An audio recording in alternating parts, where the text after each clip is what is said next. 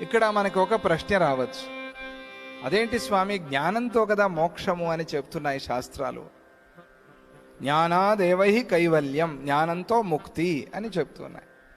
మరి ఇక్కడ నమోక్షో భక్తిహీనానాం అని అంటున్నారే అనంటే, ఎంతటి జ్ఞానవంతుడైనా సరే భక్తి కలిగి ఉండవలసిందే. ఇది మన శాస్త్రం.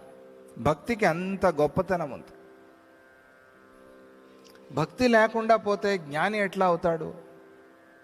అంత మహాజ్ఞాని శంకర భగవత్పాదాచార్య స్వామి వారు మరేమన్నారు? భజ గోవిందం భజ గోవిందం, గోవిందం భజ మూఢమతే, సంప్రాప్తే సన్నిహితే కాలే, నహి నహి రక్షతి డుక్రీకరణే. భజ గోవిందం భజ గోవిందం. ఎంత గొప్ప మాట అది. నీ విద్యలేవి నిన్ను ఆ కాలంలో రక్షించలేవు. ఆ కాలం అంటే ప్రాణప్రయాణ సమయం. అప్పుడు నిన్ను కాపాడేది ఒకడే, నువ్వు నమ్ముకున్న భగవంతుడు.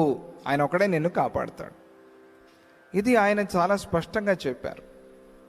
కాబట్టి భక్తి అనేది చాలా ముఖ్యము. న యశః పుణ్యహీనానాం, పుణ్యాన్ని సంపాదించుకోవాలి, కీర్తి వస్తుంది దాంతో. అటువంటి వాళ్ళకి ఆ కీర్తి శాశ్వతంగా నిలిచిపోతుంది.